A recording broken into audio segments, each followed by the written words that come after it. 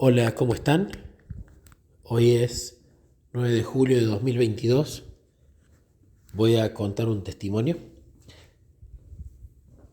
Comúnmente, yo cuando me levanto a la mañana, antes de empezar a trabajar, tengo mi tiempo devocional con Jesús, aplicando el método que expliqué en algunos testimonios anteriores. Y usualmente antes de empezar a trabajar me gusta ser meticuloso en todos los deberes que hay que hacer en la casa.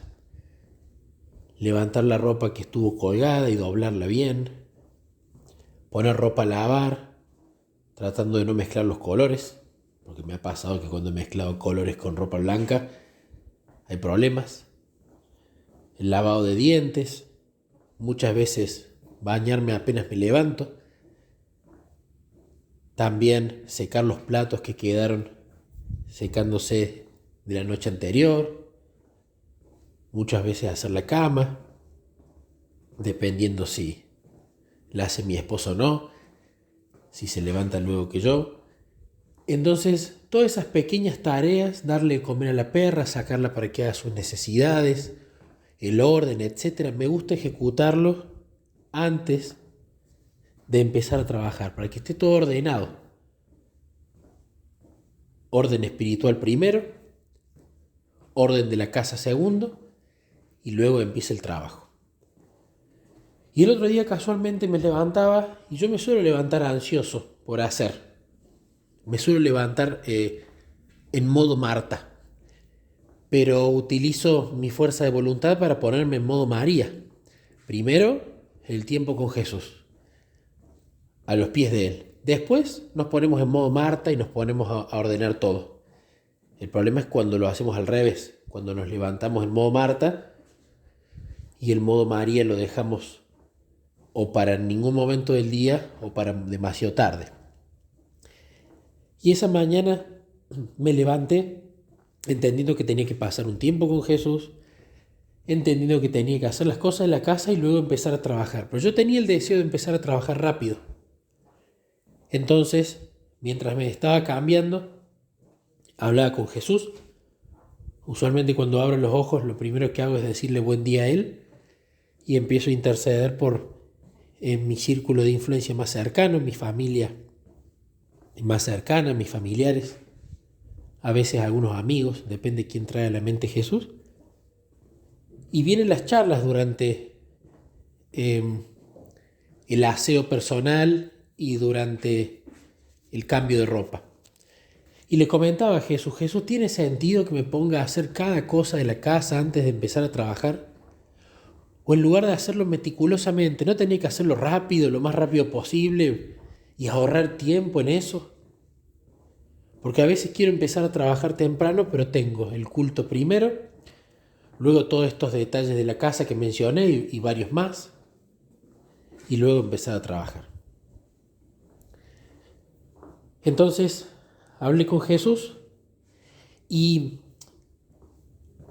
aquí es donde viene el uso correcto de la fuerza de voluntad. Usualmente cuando todo está mal es fácil buscarlo a Jesús, es natural. No funciona nada, no funciona lo que nosotros queremos hacer, no encontramos ayuda, lo buscamos naturalmente. Entonces tener comunión con Él en la tristeza es fácil. No hay casi que hacer esfuerzo. Pero tener comunión con Él cuando todo está bien, allí está la verdadera batalla de la fe. Que sin importar cómo me sienta, sin importar lo apurado que esté, sin importar si mis necesidades primarias y básicas están cubiertas, yo igual entiendo, racionalmente, no emocionalmente, que lo primero que tengo que hacer en el día es pasar ese tiempo con Él. Por eso el patrón que se ha dado a lo largo de la historia desde el Edén es que cuando la gente está afligida y oprimida porque tomó la decisión de alejarse de Dios y de su protección, ahí viene el clamor y las lágrimas. Pero cuando está en la prosperidad, en que nada le falta, ahí es cuando dejan de buscarlo. Y al fin y al cabo, eso termina demostrando que se lo buscaba a Dios por las razones incorrectas, no para conocerlo o por quién Él es, sino por los dones dados, por los regalos dados, inmerecidos. Entonces allí radica la verdadera batalla de la fe. Entonces esta mañana que estaba apurado, siempre recuerdo lo que dice la parábola de la vid, donde hay condiciones que cumplir para obtener el beneficio. Si vos permanecés en mí, yo voy a permanecer en vos. No va a ser de la otra forma. Si mis palabras permanecen en vos, yo ahí te voy a limpiar y podar. No, te voy a limpiar y podar primero. Si vos permaneces en mí, vas a dar fruto. No te voy a dar el fruto para que permanezcas en mí. Y lo más lindo de todo, el verdadero gozo va a venir como resultado de la permanencia. Pero yo no te voy a poner en tu corazón gozo primero, ganas primero, emociones primero para que vos me busques. No. Vos ahí tenés que hacer tu esfuerzo para buscarme. Y como resultado de buscarme, pasando tiempo de calidad, a solas, en oración y meditación, yo te voy a dar mi gozo, si permaneces el tiempo suficiente. Me hace acordar, de hecho, cuando Elena de White habla en el capítulo de Patriarcas y Profetas sobre Sansón, ella casi en la conclusión de la historia habla de el mal uso de la frase el carácter fuerte, ¿no? Cuando una persona es iracunda, irascible, terca, esa persona tiene carácter fuerte. Y ella habla, no, eso es un carácter débil. La fortaleza del carácter, dice ella, tiene que ver con la cantidad de emociones que uno domina y no con la cantidad de emociones que lo dominan a uno. Sansón era el hombre más fuerte, pero el más débil, dice ella. El más fuerte en cuanto a la fuerza física, pero el más débil porque prácticamente todas sus emociones dominaban a su razón y él terminaba obedeciendo a su sistema límbico y no al sistema cerebral donde está la razón. Entonces allí está la verdadera batalla de la fe. Sin importar lo bien que esté, lo apurado que esté, yo utilizo hasta mi último gramo de fuerza de voluntad para ir y pasar tiempo de calidad a solas en oración y meditación. Y como resultado vienen con el tiempo los frutos, la poda y el gozo ese mismo día. Entonces ese día que le había planteado este asunto a Jesús sobre las tareas pequeñas, las tareas del hogar, la meticulosidad con las que las estaba haciendo, y si no podía ahorrar tiempo o haciéndolas más adelante o haciéndolas más rápido, si él aprobaba esa meticulosidad, si tenía sentido, es que decidí pasar ese tiempo devocional con él de calidad, no apurado. Y en la lectura de orden cronológico que voy haciendo, con los textos del Espíritu de Profecía, más los comentarios de Elena del Comentario Bíblico Adventista, más la Biblia, tocaba leer el capítulo 17 de Profetas y Reyes, que se llama El llamamiento de Eliseo. Y al leerlo y al irlo charlando con él y al irle comentando sobre este tema que me preocupaba, leí lo siguiente y vino la respuesta. El padre de Eliseo era un agricultor rico, dice, cuya familia se contaba entre los que no habían doblado la rodilla ante Baal en un tiempo de apostasía casi universal. En su casa se honraba a Dios y la obediencia a la fe del antiguo Israel era la norma de la vida diaria.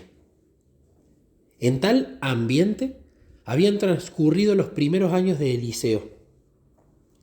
En la quietud de la vida en el campo, bajo la enseñanza de Dios y de la naturaleza, y gracias a la disciplina del trabajo útil, adquirió hábitos de sencillez y de obediencia a sus padres y a Dios que contribuyeron a hacerlo idóneo para el alto puesto que había de ocupar más tarde. Llegó el llamamiento profético a Eliseo, mientras que con los criados de su padre él estaba arando en el campo. Se había dedicado al trabajo que tenía más a mano. Poseía capacidad para ser dirigente entre los hombres y la mansedumbre de quien está dispuesto a servir. Dotado de un espíritu tranquilo y amable, era sin embargo enérgico y firme. Manifestaba integridad y fidelidad, así como amor y temor de Dios. Y en el humilde cumplimiento del trabajo diario, adquirió fuerza de propósito y nobleza de carácter, mientras crecía constantemente en gracia y en conocimiento. Al cooperar con su padre en los deberes del hogar, aprendía a cooperar con Dios. Y ahí es lo primero que ya empezó a llamar mi atención. Vino ese gozo hermoso e inexplicable. Y continué leyendo, porque entendí que ahí estaba la respuesta al comentario, a la pregunta que le había hecho Jesús. Dice: por su fidelidad en las cosas pequeñas, Eliseo se estaba preparando para cumplir otros cometidos mayores. Día tras día, por la experiencia práctica, adquiría idoneidad para una obra más amplia y elevada. Aprendía a servir y al aprender esto, aprendía también a dar instrucciones y a dirigir. Esto encierra una lección para todos. Nadie puede saber lo que Dios se propone lograr con sus disciplinas, pero todos pueden estar seguros de que la fidelidad en las cosas pequeñas es evidencia de idoneidad para llevar responsabilidades mayores. Cada acto de la vida es una revelación del carácter, y únicamente aquel que en los deberes pequeños demuestra ser obrero que no tiene de qué avergonzarse, según 2 de Timoteo 2:15, puede ser honrado por Dios con una invitación a prestar un servicio más elevado.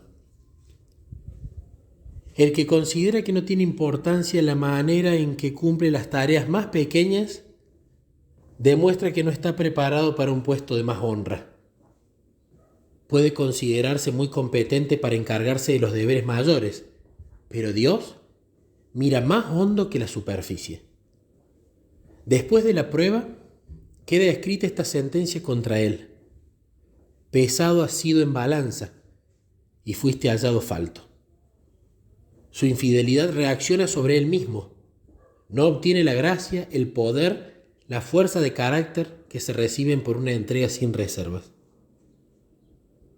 Por no estar relacionados con alguna obra directamente religiosa, muchos consideran que su vida es inútil, que nada hacen para hacer progresar el reino de Dios. Si tan solo pudiesen hacer algo grande, con cuánto gusto lo emprenderían. Pero porque solo pueden servir en cosas pequeñas, se consideran justificados por no hacer nada. En esto yerran. Un hombre puede estar sirviendo activamente a Dios mientras se dedica a los deberes comunes de cada día, mientras derriba árboles, prepara la tierra o sigue el arado. La madre que educa a sus hijos para Cristo está tan ciertamente trabajando para Dios como el ministro en el púlpito. Muchos sienten el anhelo de poseer algún talento especial con que hacer una obra maravillosa, mientras pierden de vista los deberes que tienen a mano, cuyo cumplimiento llenaría la vida de fragancia. Ejecuten los padres los deberes que se encuentran directamente en su camino. El éxito no depende tanto del talento como de la energía y de la buena voluntad. No es la posesión de talentos magníficos lo que nos habilita para prestar un servicio aceptable, sino el cumplimiento concienzudo de los deberes diarios, el espíritu contento, el interés sincero y sin afectación por el bienestar de los demás. En la suerte más humilde puede hallarse verdadera excelencia. Las tareas más comunes, realizadas con una fidelidad impregnada de amor, son hermosas a la vista de Dios. Así que cuando leí esto, no solamente me emocionó mucho, brotó el agradecimiento, brotó el gozo por una respuesta dada, sino que fue un mensaje directo de Jesús de continuar siendo fiel en las cosas pequeñas, y batallar contra algo que siempre me ha costado. Siempre se dice, hay una frase que me gusta, que dice que la persona que está con depresión tiene un exceso de pasado. La persona que está con ansiedad tiene un exceso de futuro. Y que lo difícil es vivir en el tiempo presente. Y es justamente uno de mis mayores pedidos en la oración. Ayúdame, Jesús, a disfrutar los procesos. Cuando no era cristiano, y me sigue pasando muchas veces ahora, anhelo y disfruto cuando llego a las metas. Pero eso es un grave error. Porque el llegar a la meta lleva un proceso que incurre tiempo, y el disfrute de la meta es algo efímero, se pasa rápido. Porque cuando uno llega a una meta, no se tiene que quedar estancado ahí, tiene que pensar en la siguiente.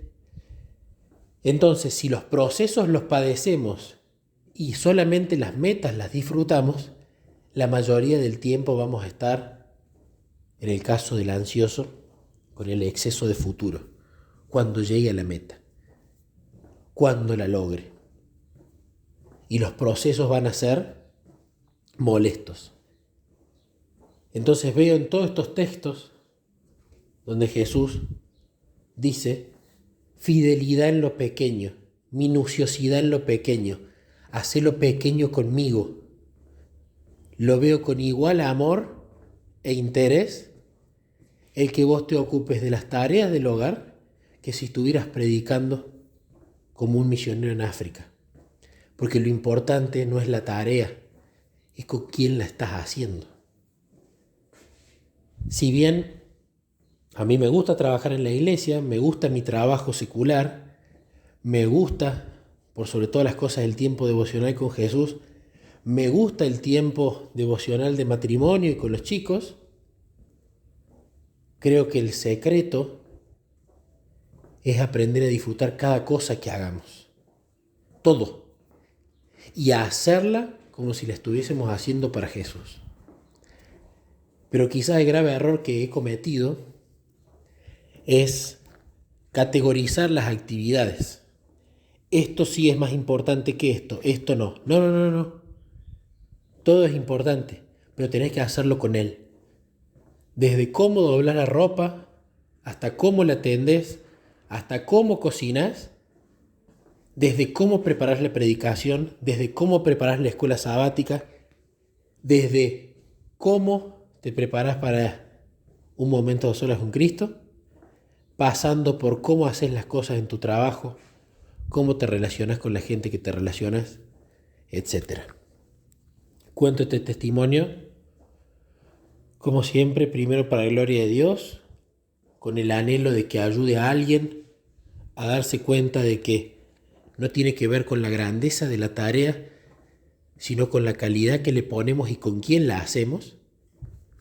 Y ojalá sirva para que más personas se den cuenta de este asunto.